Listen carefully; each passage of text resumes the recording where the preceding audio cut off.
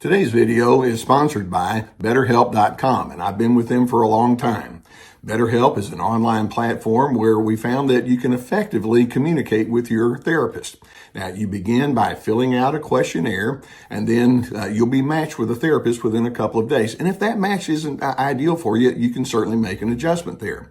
Now, you're going to be encouraged to journal, and also they have the availability for group therapy on a wide array of topics, and I really like that. So as the need exists, go ahead and take the necessary steps to get the help that you need.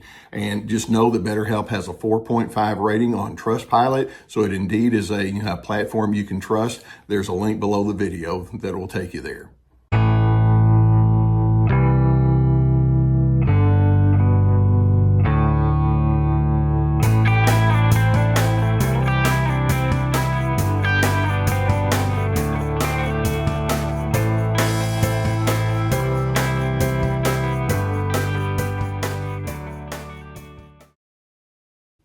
As I speak with you about the problems that are associated with narcissism, I hope you understand that one of the primary things on my mind is to help you understand what the cleaner alternatives are. One of the most important ingredients that you and I will need to have if we're going to have successful relationships is empathy. And when we talk about empathy, we're talking about understanding someone from their perspective and getting an idea of what kind of feelings and thoughts and history and perspective or context they're drawing upon. Empathy is the centerpiece for having true interpersonal connections. Empathy implies good listening, but it means that you're listening to more than just a person's words, but you're picking up on their interior, their essence, who they are from the inside out.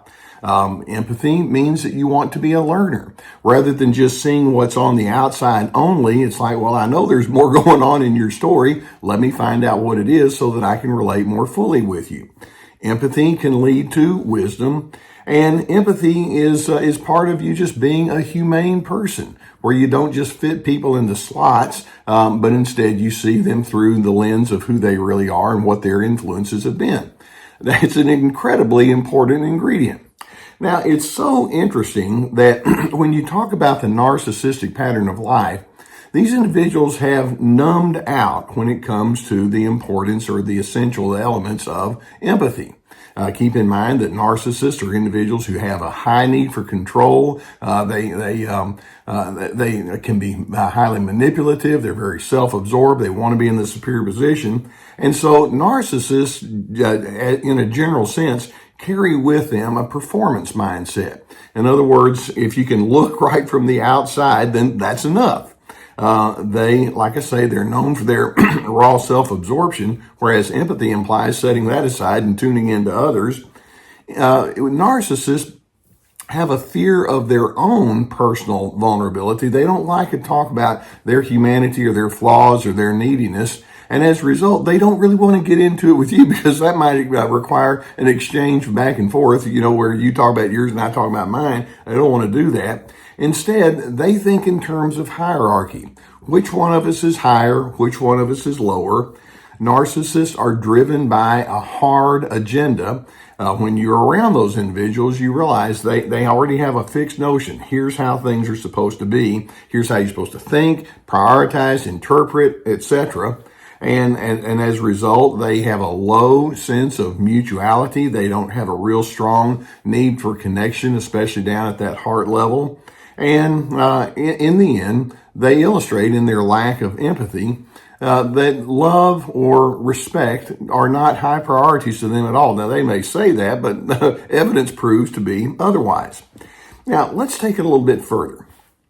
Not only do narcissists not prioritize empathy, but if you or I were to speak with them about the necessity of including empathy in the way that they engage, they're going to take an assault on empathy. It's like, you've got to be kidding me. You want me to be that kind of person? Now, some of them may try to do a little fake empathy, and they'll say, oh, I can tell that's important to you, when in fact it's just phony baloney. But as a general rule, they can mock and ridicule someone who suggests empathy is the way to go. For example, these individuals can think, well, you just want me to be some sort of spineless weakling. Is that what you're trying to do? Just touchy-feely. And so that if that's what you want, sorry, pal, that's not what I'm interested in. On top of that, these people are so caught up in their own binary thinking, black, white, all or nothing. And so when you say, well, there's a different way that we can think, then it's like, no, my truth matters, my opinion matters. That's it. End of discussion. And as a result, their all or nothing binary thinking hinders them from engaging in this healthy characteristic. And then, in addition, they'll ascribe problems to empathy. It's like, oh, well, if you're going to be somebody that goes into the feeling direction, that just means you're being a placater, or people are going to run roughshod all over you, or you're going to be played, and you're just setting yourself up to be manipulated, or there's the old saying, well, you're just so open-minded that your brains have fallen out. That's what happens when you go into empathy. You're a liberal. In other words, you're just too free-spirited. You're soft on principles. You're soft on standards. You're soft on your fundamental beliefs. And they'll just more or less attack it. And it's like, no, this is a bad way to go. And I've heard so many people, whether it's inside a family situation or in public disputes or in religious circles or political circles or even in sports, these people, it's like, no, I don't want to know what the other side feels. I don't want to know what other people think. They need to know what I think, but it's not a two-way street at all. And so one of the biggest problems we can say that in their assault, in their ridicule and mocking of empathy, narcissists are going straight down the path toward abusive and hateful behavior.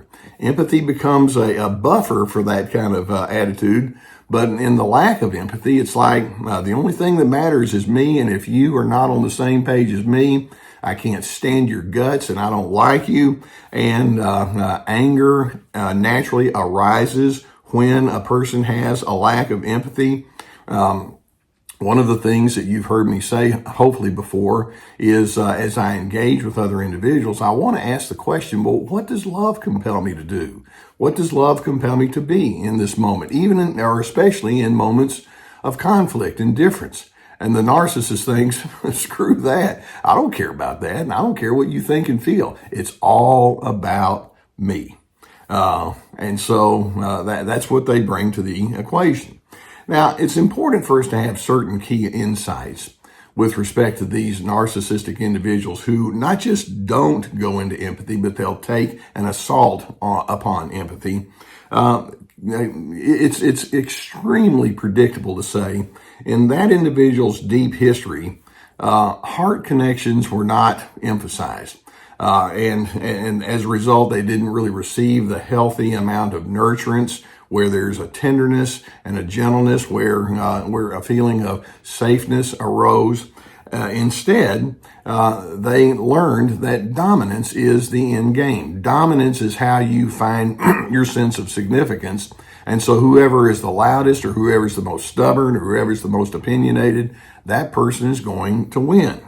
And then in addition, and this is a nuance, but I hope you can pick up on this, in the lack of empathy, we see a certain type of paranoia. The implication is, if I go into that personal dimension with you, you talk about your personal side, I talk about mine, you're going to be out to get me, aren't you? You're going to use it against me. And as a result, they don't trust, they don't want to be open, and they confuse empathy with agreement or endorsement, which is not that at all. They think, well, if you have empathy, that means you're not very firm. If you have empathy, that means you're not very strong in your own convictions. When in fact, no, you can actually have both of them. You can still be strong in your convictions while at the same time being tuned in to other individuals. And there's a sense of camaraderie that can come. And in the narcissistic mindset, and it's like, camaraderie doesn't work. Now, authoritarianism, that's what works. Me being the ultimate authority, me telling folks what to do, Seems like a pretty good formula for me. So as you notice this, and I'm sure that many of you have individuals that you have lived with or have been in the same extended family with or work settings or organizations, you see it in our news feeds that we have, we'll see that people who have a strong lack of empathy watch other individuals or gauge other individuals as functional only. What's your function? What are you going to do for me? What am I going to do for you? It's very transactional. That person is never going to be your safe haven. Instead of, but I'm hoping that for you, instead of being pulled into their rigidity where you do the back and forth, you can think to yourself, well, someone in this equation needs to have a nuanced approach towards other individuals. And nuance implies, there's all sorts of little mysteries that I can explore or behind the scenes elements in your life that I need to be aware of that help me know why you respond the way you do. And frankly, we can take it a little bit further and say the healthy individual realizes that if you're going to have true intimacy and heart connection, it's necessary to know each other's difficulties and strains.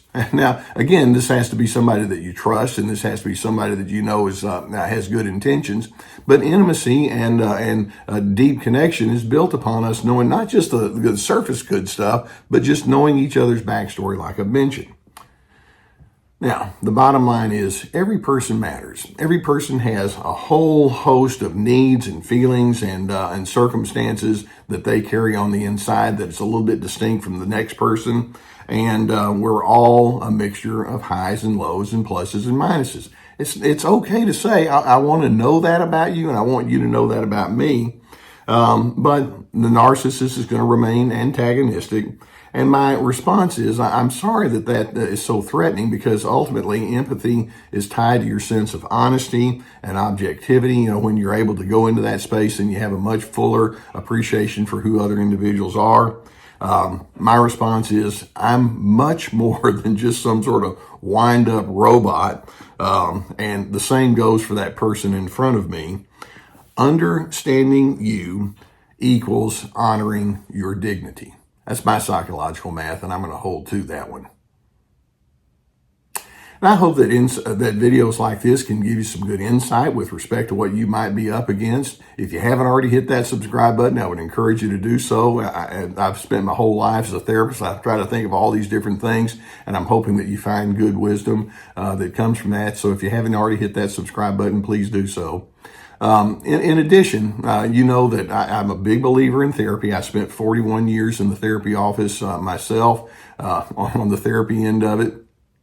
And if there's some issues that you need some work with, we have a whole team of licensed professional therapists that are available on BetterHelp.com. Obviously, there are people in your community that you might seek out, but if that's not either desirable or possible, then the online service of BetterHelp.com is there for you. As the need is warranted, please go beneath the video and click through the link, answer a few questions, and you can choose a therapist that can work this out with you. It can be so essential in your personal growth.